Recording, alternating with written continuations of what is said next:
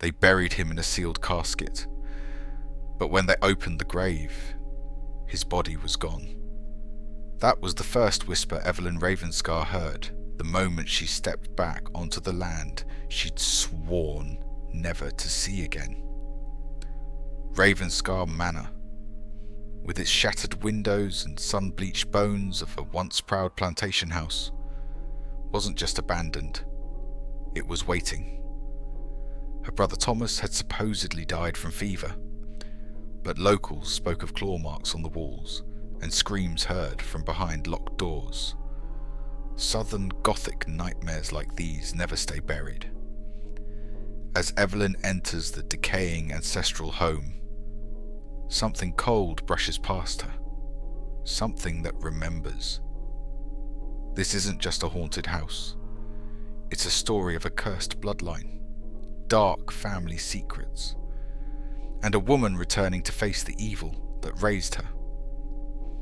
If you think this is just another ghost tale, think again. Because what Evelyn finds beneath the floorboards will make you question whether some blood ties were ever meant to be broken. Welcome to the true dark history of the Ravenscar family, where legacy means death, and the house decides who leaves. Evelyn Ravenscar arrived just past dusk, her boots crunching against the gravel path leading to the decaying front porch of a home that hadn't drawn breath in over a decade. The house loomed like a forgotten wound carved into the southern land, its shutters unblinking, its windows like open mouths. Locals once called it the house that ate its own, but no one dared speak that name aloud anymore. A warm wind passed through the oaks, but the Ravenscar property remained still, as if time itself refused to cross its borders. Not a single cricket, not a single bird, only silence, thick, deliberate, unnatural. Thomas had written of the quiet before he died. He called it the sound of something watching. And now Evelyn could feel it too, a pressure in the chest, a whisper in the bones. She hadn't even stepped inside, but the house already knew she was here. What she didn't know yet was that the moment she crossed the threshold, the past wouldn't just haunt her, it would claim her. The dead were supposed to rest here, so why do their shadows still move at night? That question had echoed through Ashford Parish for generations, but no one dared answer it. Not after what happened at Ravenscar Manor.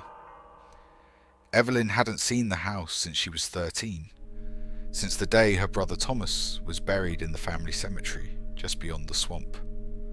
But now, 17 years later, something had called her back. Not a letter, not a voice, a pull, a pressure behind the ribs, like the house was breathing again. Locals said the land was cursed, southern blood-soaked soil that swallowed its own secrets. They whispered about a true dark history, a cursed bloodline, and a deal inked in more than just ink. The deeper Evelyn drove into the overgrown path, the more the trees leaned inward, as if trying to keep her out or trap her in.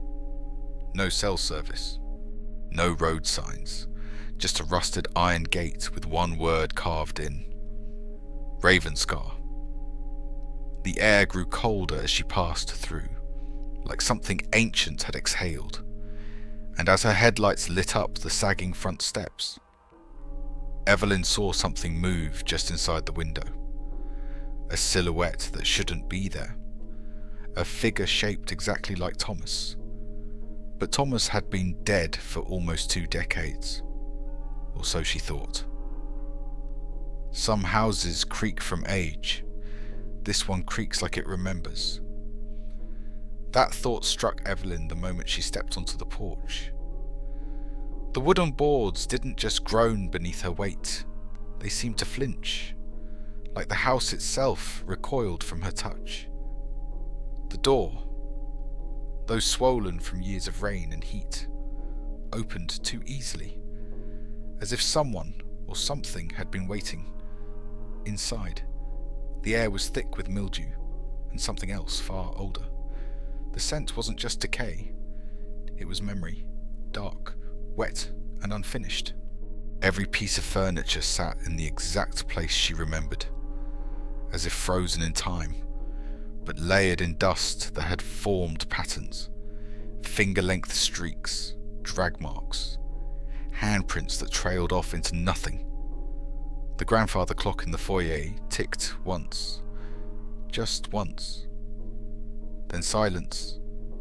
Evelyn's skin prickled, her boots stuck slightly to the warped wooden floor as she walked further in, her flashlight cutting jagged beams through the choking dark.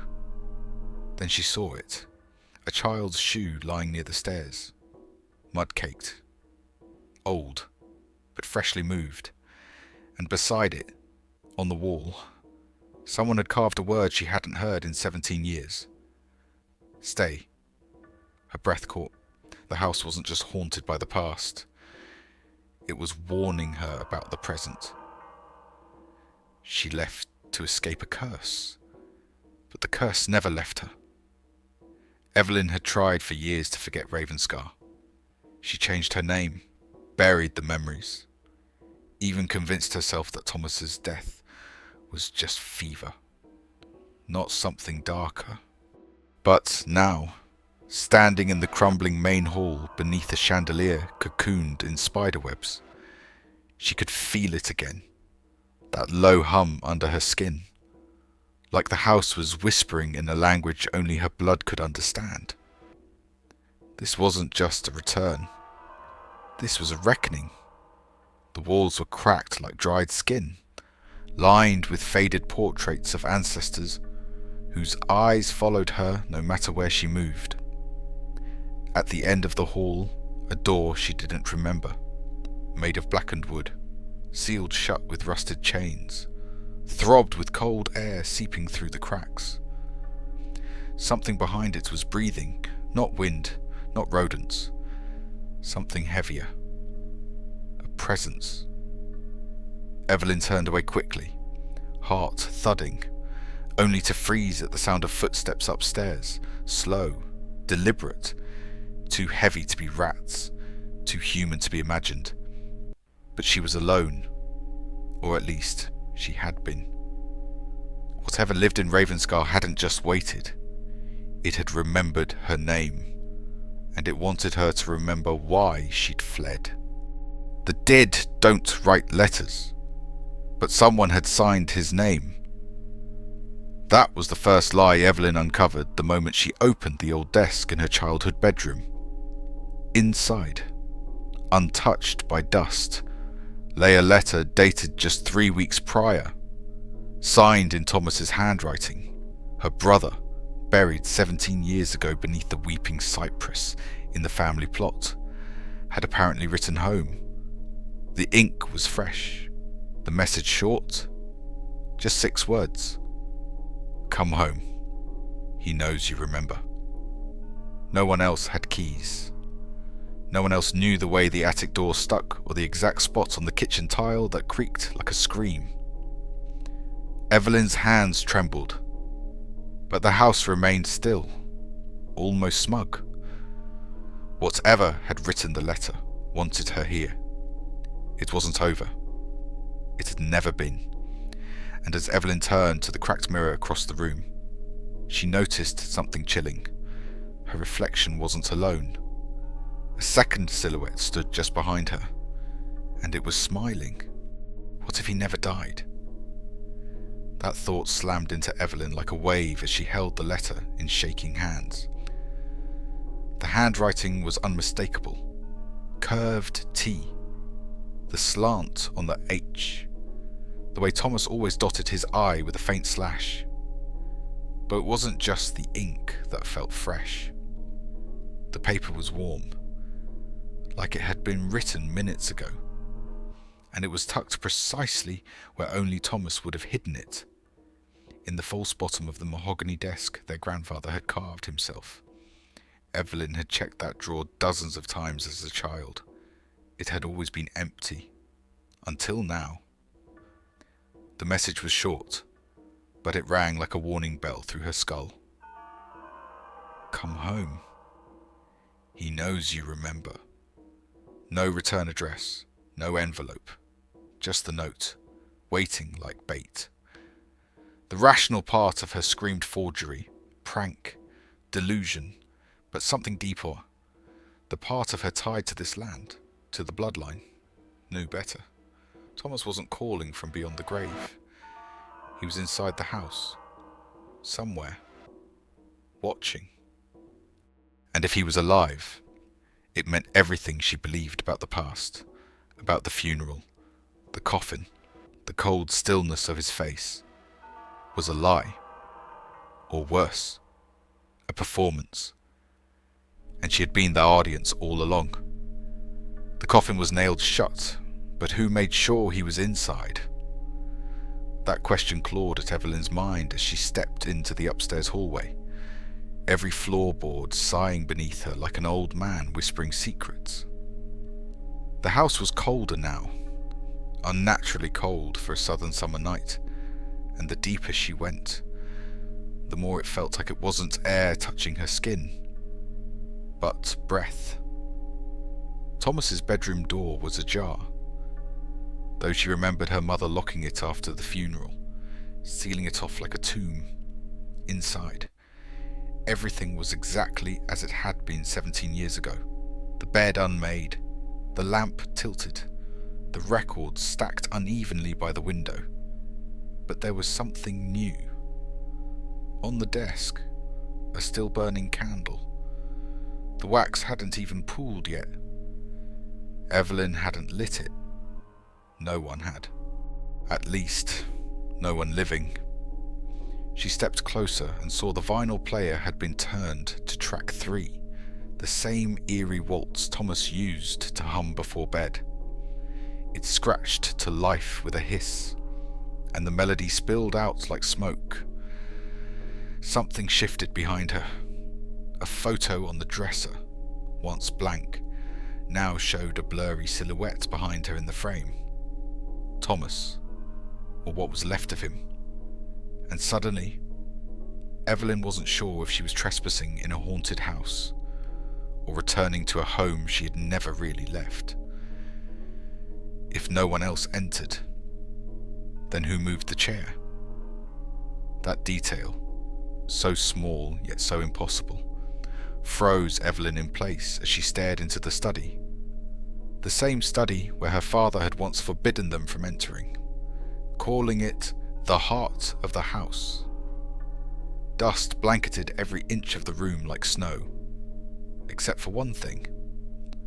A single armchair, pulled 3 feet back from its original position, resting at the perfect angle to face the window. The floor beneath it showed a clean rectangle of untouched wood, like it had been moved recently. But there were no footprints, no drag marks, no signs of life. Only a faint heat, as if someone had just risen from it moments ago. Evelyn approached slowly, each step making the silence feel heavier. On the windowsill, 3 fingernail marks etched deep into the wood, fresh, jagged, too long to be her own. She reached down to touch them and recoiled. The wood was warm and damp, like skin. The window overlooked the family graveyard. And in the distance, she saw something that made her stomach drop. Thomas's grave, open. Fresh soil scattered, headstone cracked, no casket in sight. Whatever game the house was playing, it had just made its first move, and Evelyn was no longer a visitor. She was a participant. Some truths aren't buried. They're hidden in plain sight, waiting for someone brave or broken enough to see them. Evelyn knew now that this wasn't about ghosts. This was about memory, blood, and the rot that had festered beneath Ravenscar long before Thomas died. The letter, the photo, the open grave, they weren't just hauntings, they were invitations. and what waited beneath the floorboards would shatter everything she believed about her family. You're not trapped in the house. The house is trapped inside you.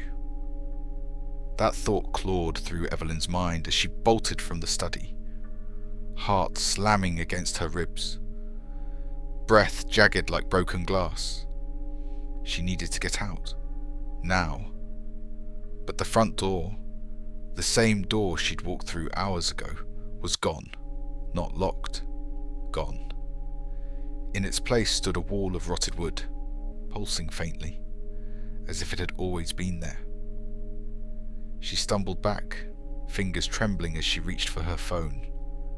No signal, no bars, no light but the flickering chandelier above her, which now swayed rhythmically, as if responding to her panic. This wasn't a haunting, it was a system, a trap. The house wasn't reacting to her fear, it was feeding on it. Every room she entered rearranged itself subtly. Windows disappeared. Clocks reversed time. Paintings changed expressions when she blinked. And worst of all, the house had gone silent. That kind of silence, the thick, pregnant kind before a scream. Evelyn wasn't just isolated. She was being studied. And whatever was watching wanted more than fear. It wanted memory. It wanted truth. And it was willing to break her to get it. The house doesn't want you dead. It wants you changed.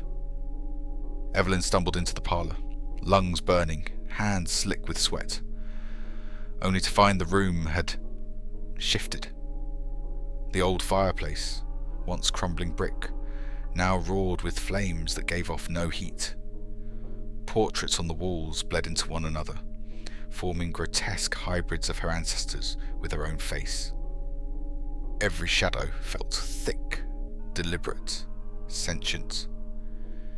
In the far corner, the radio crackled to life with a voice she hadn't heard in 17 years. Thomas. Laughing, whimpering, screaming her name in reverse. Her knees buckled. This wasn't memory, it was manipulation. The house wasn't showing her the past, it was rewriting it, bending her thoughts until she questioned what was real. Her hands shook as she tried to remember her own name, but even that felt slippery. The floor beneath her rippled like water, then cracked open for a split second, revealing a glimpse of stairs descending into darkness. Not a basement, a tunnel, living, breathing, calling. And just before it closed, she heard it again. Thomas's voice, whispering one word. Down. Evelyn didn't know what waited beneath, but she knew the house wasn't finished with her yet. If the house remembers you, then it means it never let go.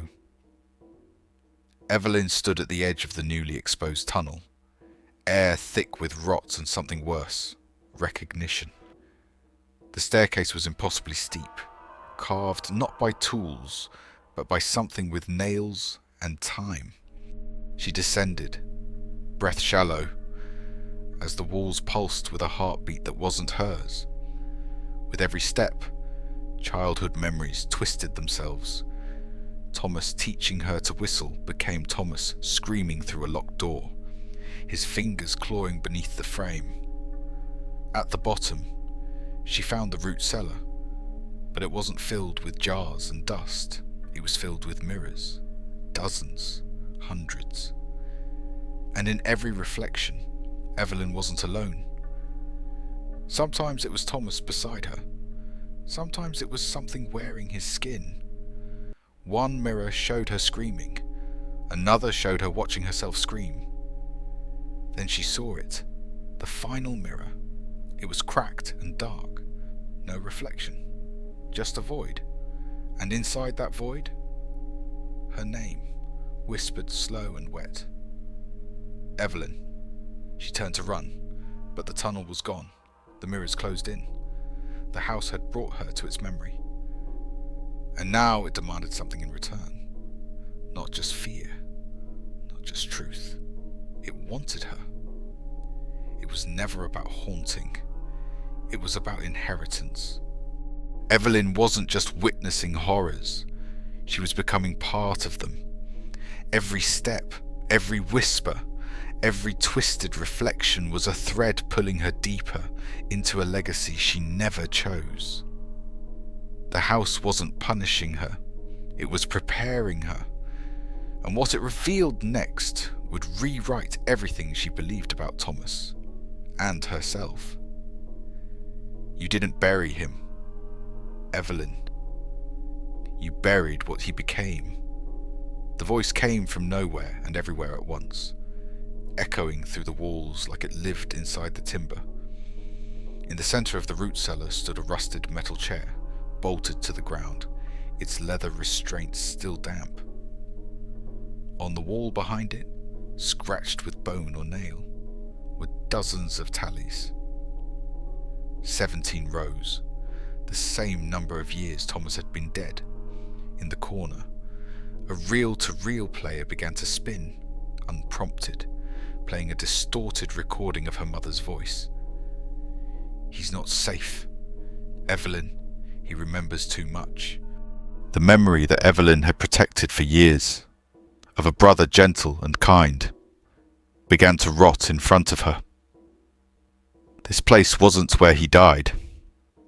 It was where he was made into something else. Something the family couldn't explain. Something they tried to erase. And Evelyn, returning, wasn't here by mistake.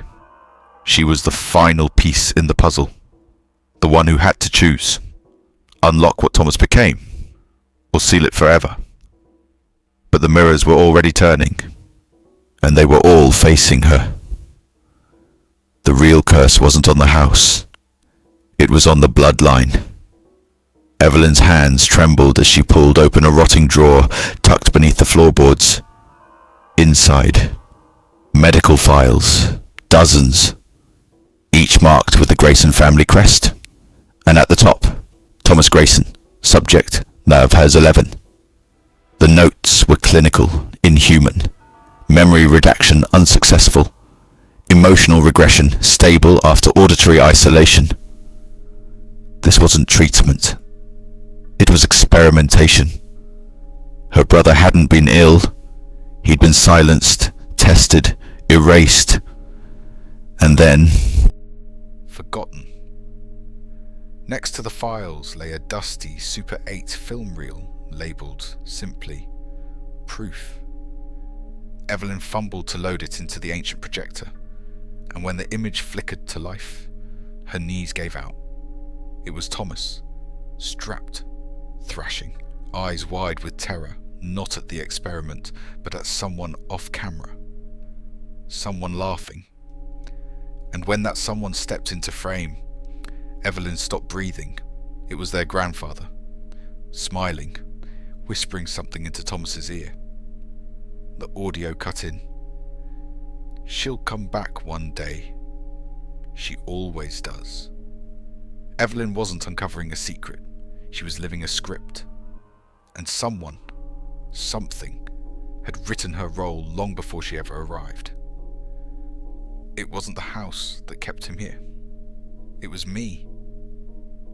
Evelyn whispered the words aloud without realizing, her voice cracking as the final piece slid into place. Behind a hidden panel in the wall, she found an old journal, Thomas's. But the entries weren't from a child. They were from after he was declared dead. Day 104. Evelyn's voice keeps me from becoming it. Day 259. They say I'm too far gone, but she still visits in dreams. Her memories weren't just echoes, they were intrusions. She hadn't been haunted. She'd been the anchor.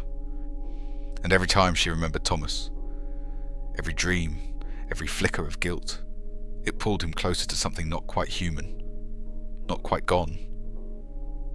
In the margins of the journal, symbols began to appear, drawn in different ink, unfamiliar and wrong. They pulsed faintly, as if alive. At the back was one final entry. She'll have to finish what they started, or become what I couldn't contain. Evelyn's scream never left her mouth. The house didn't need to trap her. It had raised her, fed her, prepared her. Now all it needed was permission, and Evelyn was holding the key. They didn't bury Thomas to forget him. They buried him to contain him. Evelyn stumbled into the chapel ruins behind the estate, a place her family never spoke of, now overgrown and split by time. But the altar remained intact, and beneath it a sealed iron hatch crusted with ancient wax and symbols matching the journal. Her shaking hands traced the carvings, and her breath caught as a faint hum resonated beneath her feet like something breathing. Next to the hatch was a decayed family tree etched into the stone, and her name had been added, recently, beside it, scrawled in fresh black ink. Blood binds, memory breaks, return completes. Evelyn wasn't just his sister. She was the ritual's final circle. She realized now that every dream, every whisper, every drawn curtain in the house had been leading her here. Not to rescue Thomas, to release him, or worse, to become the new vessel. The truth snapped something in her mind, her entire life. The guilt wasn't emotional, it was generational. Inheritance, not accident. This was never a haunting. This was a torch passing. And now, it was in her hands. She wasn't investigating the curse.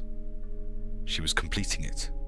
As Evelyn stepped back from the altar, the wind died, no birds, no insects, just silence, thick and wrong.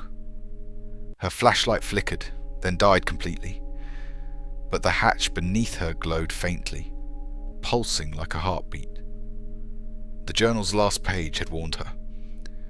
The ritual completes when the blood descends willingly. Her reflection shimmered in the iron, but it wasn't hers anymore. Eyes too dark, smile too wide, a face remembering pain that wasn't hers. Then, from behind, a child's voice echoed. "You came back, just like he said." She turned. No one. But her own childhood drawings were now etched into the walls of the chapel. Scenes she never remembered drawing, but somehow recognized. Evelyn wasn't chosen. She was bred, conditioned.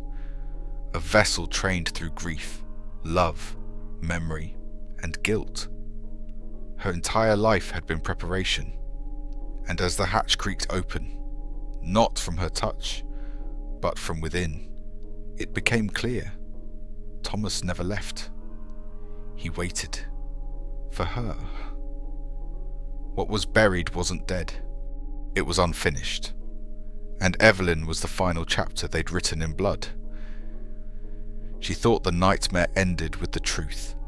But truth, in Hollow Creek, is just the beginning. As Evelyn emerged from the ruins, dawn broke unnaturally fast, casting long shadows that moved in ways light shouldn't. The town looked unchanged, yet every face she passed wore a knowing stare, as if they'd all been waiting for this moment. What had she unlocked, and what had already begun? The town didn't welcome her back. It absorbed her. Evelyn returned to Hollow Creek, but it wasn't the place she remembered. Storefronts looked the same, but the people moved differently, slower, synchronized, as if tethered to something unseen. Children stopped laughing when she passed. The air tasted metallic. And the house, it stood brighter than ever, windows gleaming like watchful eyes, doors slightly ajar as if waiting. Inside, the journal had vanished. In its place sat a new book, leather-bound, titled Volume 2. Her name in red.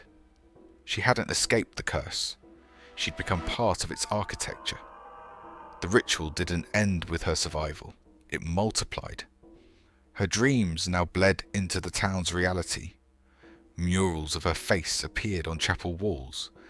Strangers recited verses she'd only heard in whispers, and every clock in town struck 13. Evelyn's existence had become a loop, one she couldn't break, only pass on. Because in Hollow Creek, no horror ends.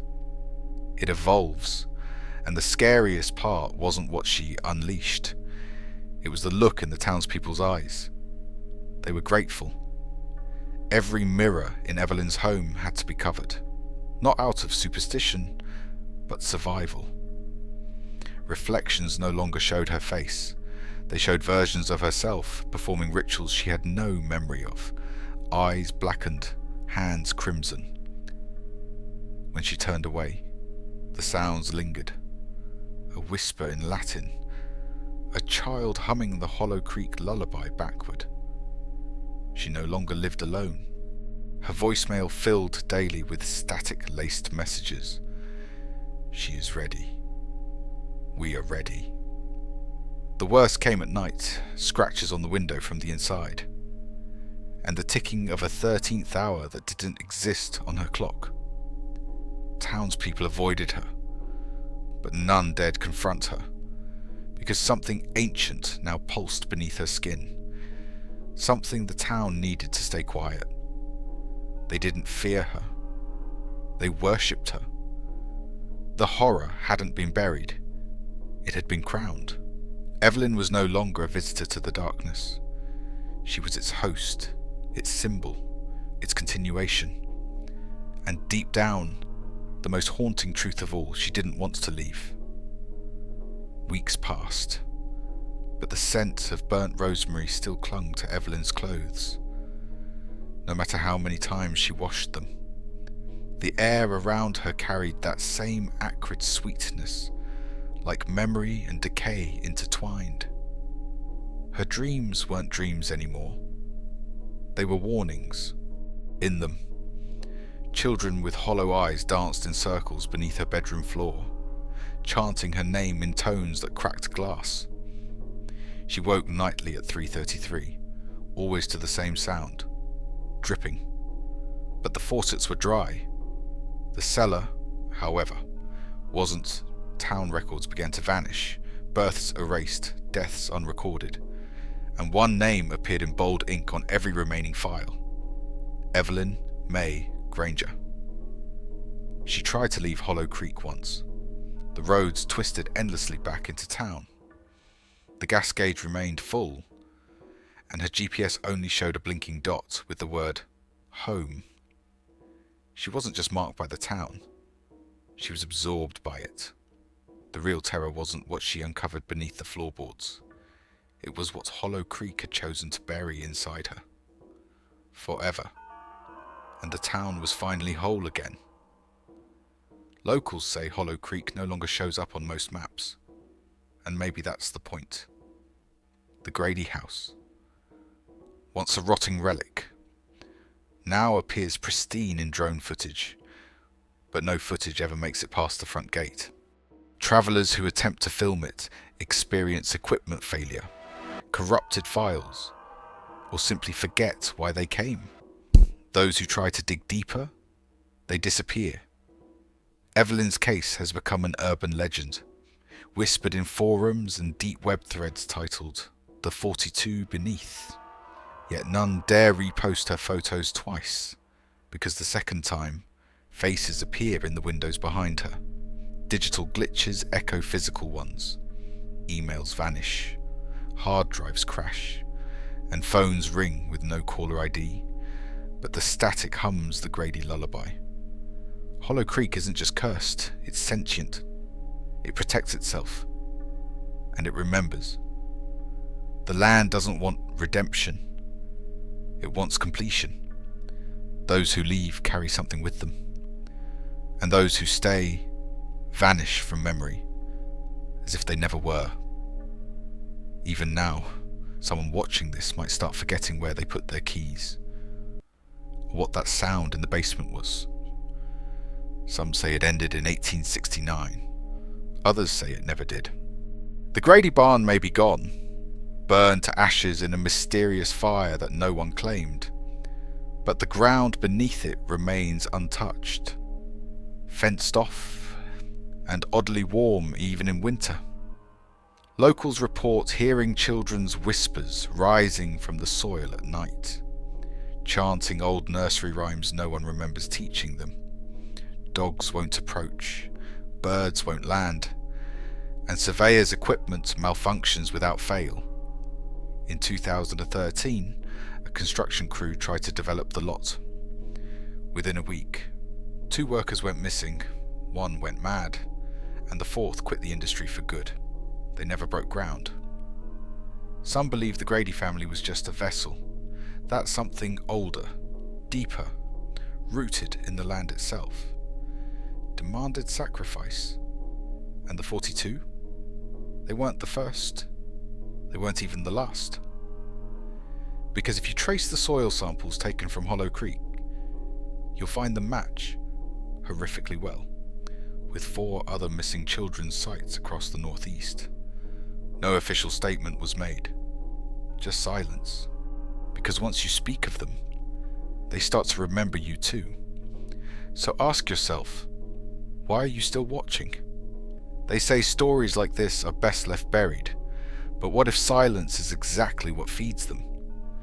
What if the real horror isn't what happened under the Grady barn, but the generations that chose to look away? Because when a community forgets its children, the ground remembers. And if you felt that chill crawl down your spine, it's not just fear, it's the weight of truth long hidden. So don't let this vanish like the others. Comment what you think really happened. Save this video before it's wiped from your feed. And hit subscribe, because the next true story might already be whispering beneath your town's floorboards.